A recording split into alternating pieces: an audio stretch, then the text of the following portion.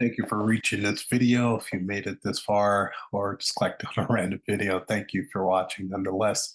Last video, I went over load balancing and NIC teaming, which was amazing. And now we're going to get into even more fun with NTP Server Management, right? Now, what it is it's a network time protocol, right? Used to keep network machines across the globe in sync, right? So these machines are synced to the universal time constant and then offset to display local time that's local to their geographic location. Of course, this allows the use of a singular sync time variable across the globe, which should then be used to derive local time depending on the machine's location on the globe, which I just mentioned, right? So Stratum, we're actually going to use Stratum to assess an NTP server, which is used to rank clocks according to how trusted they are as time sources, right?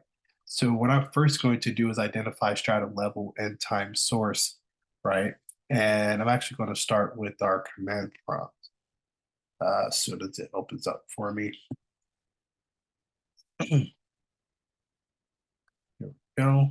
Yes, of course. Now, by executing this command here, W32TM / query, and Pierce.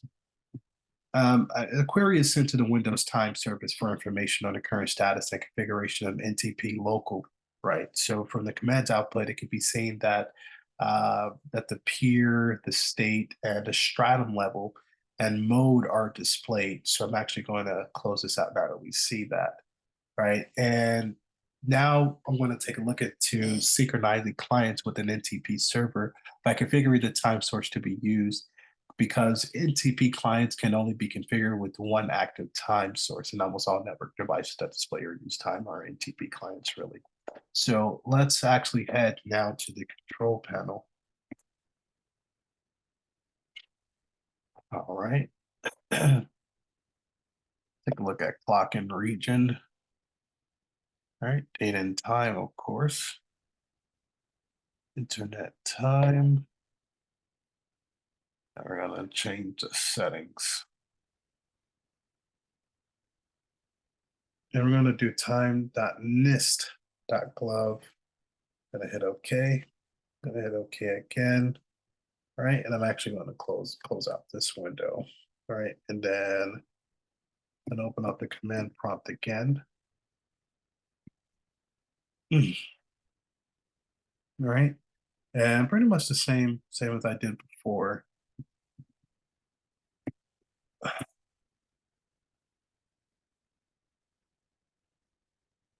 Go.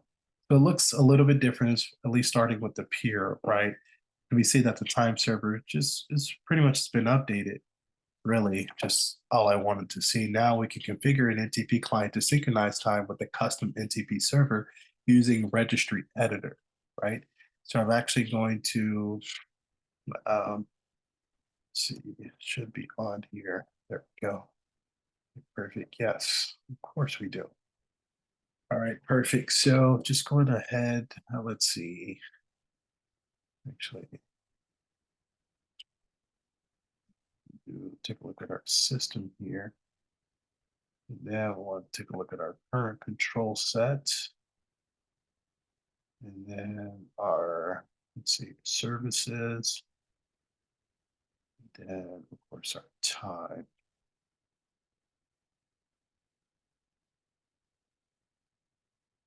Let's do a bit faster.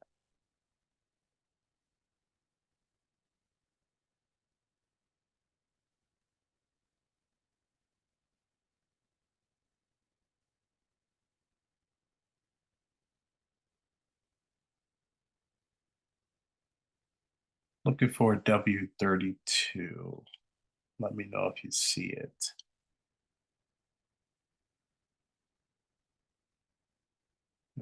Okay.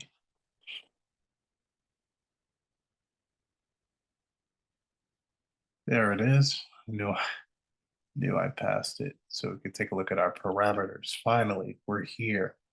So I'm actually going to take a look at our NTP server and we're going to modify it. All right, so for our value data, remember I mentioned Stratum, so we're going to do some stratum.net, comma, OX9.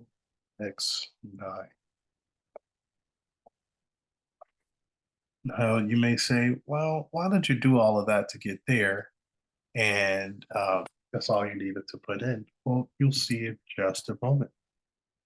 But let's run that, of course. And we're going to naturally run the same commands.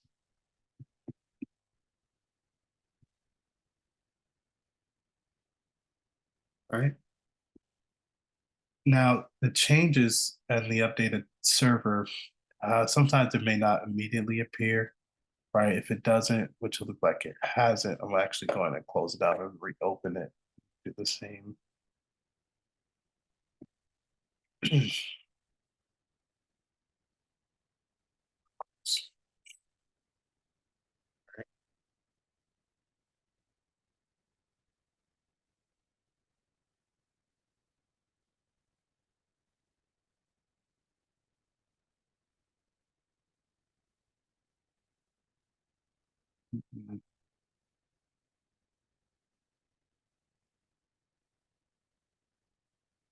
Hmm.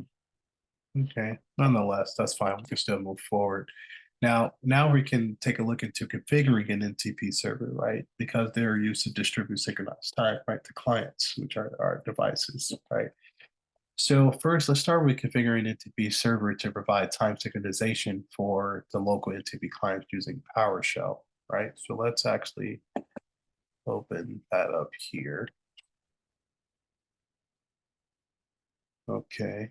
All right, perfect. So let's do, I try to make it as quick and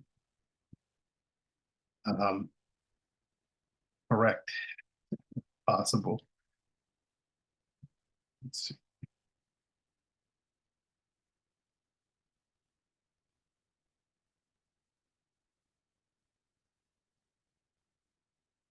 All right.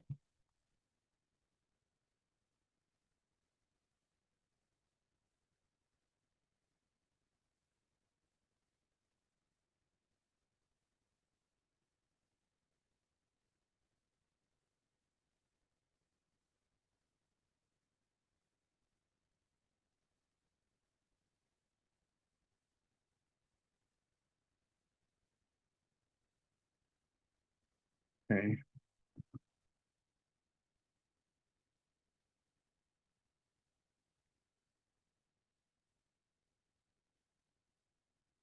Hmm. And that was fairly quick, but there is no successful confirmation, as you can see. The device did enable itself as an NTP server. So now I'm going to type a new one, but this time I don't have to type out the entire thing, and I'll change the value to 5. Right? Actually, you know what? There is something I need to change. As I was looking, I saw, let's see.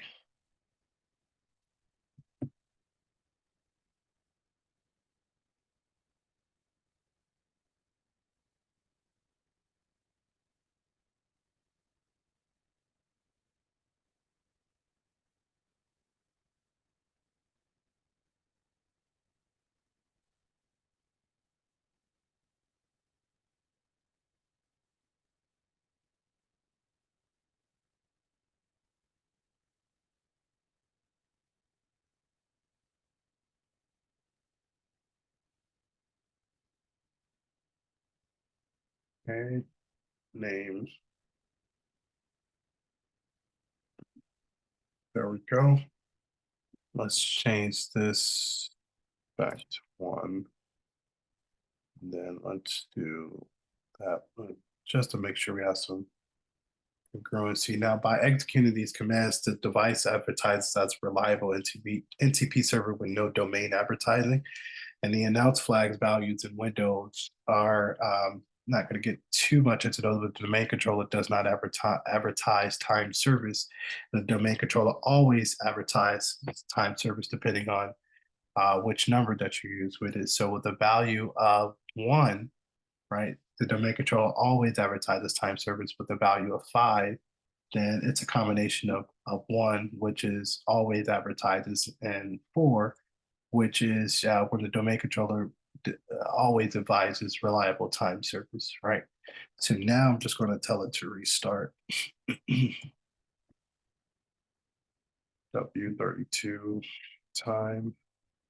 And of course, no successful confirmation, but by executing the command, the Windows time service is restarted so that the previous command configuration changes can take effect. So now I'm going to do a new command here.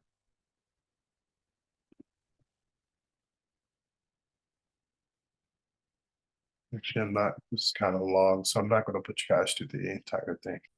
All right, so I fully executed the command here, right? I meant to loop you guys back in before I clicked enter, but have it. But by executing that command, a new firewall rule is now created to allow incoming time synchronization requests, and NTP servers are contacted by the clients, the NTP clients on UDP port 123, right? So now we can actually close this out.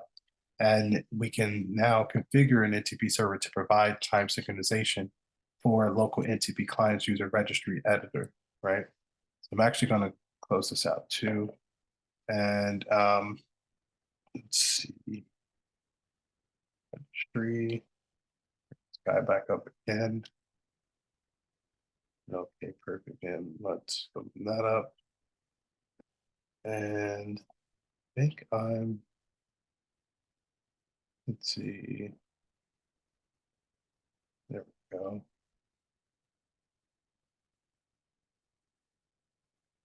That's what I need. Perfect. All right, so let's do here. Let's modify this here. All right.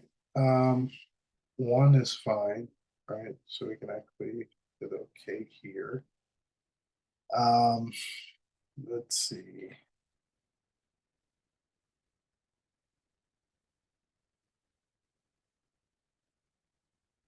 Let's actually go back here. All right. Now config, we want to take a look at our announcement flags. I'm going to modify those as well. 5, that's good. All right. All right, so now we can actually restore the server manager.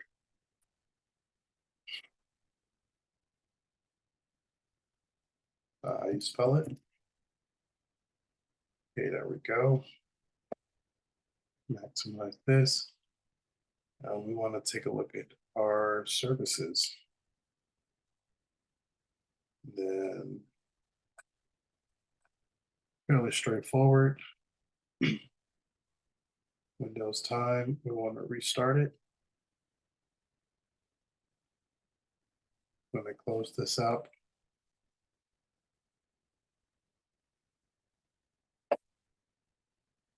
All right, and then I'm actually going to minimize this. I thought I had it. Okay.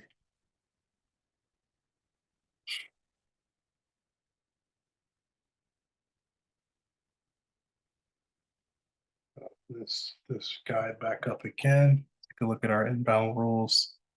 And we're going to add a new rule. Right. And we want to port naturally. Right. And we want it to be on UDP.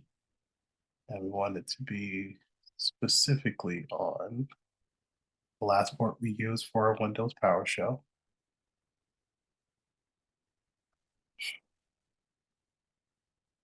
Okay, what's going on? Okay, there we go. I'm gonna hit next here. Next. Next. And we're gonna name it NTP inbound. All right.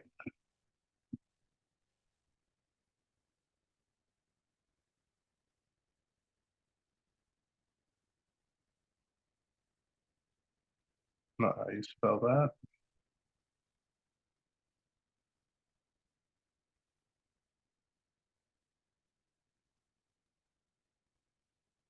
Okay, perfect. So now the inbound rule has been created under inbound rules, right? Well, the NTP inbound rules have been created. boundaries, right? So now that the new firewall rule is created to allow incoming time synchronization requests, NTP servers are contacted by the client to UDP port 23. So you can actually close this out. And it closes us to the end of the video. So just for a brief recap, we did some NTP server management. We used Stratum to assess an NTP server. We synchronized clients with an NTP server, and then we configured an NTP server as well. That was most certainly a lot of fun. Hope you had as much fun as I did. And on the next video, we're going to have even more fun with covering high availability and disaster recovery concepts. I'll see you there. Stay curious, stay secure.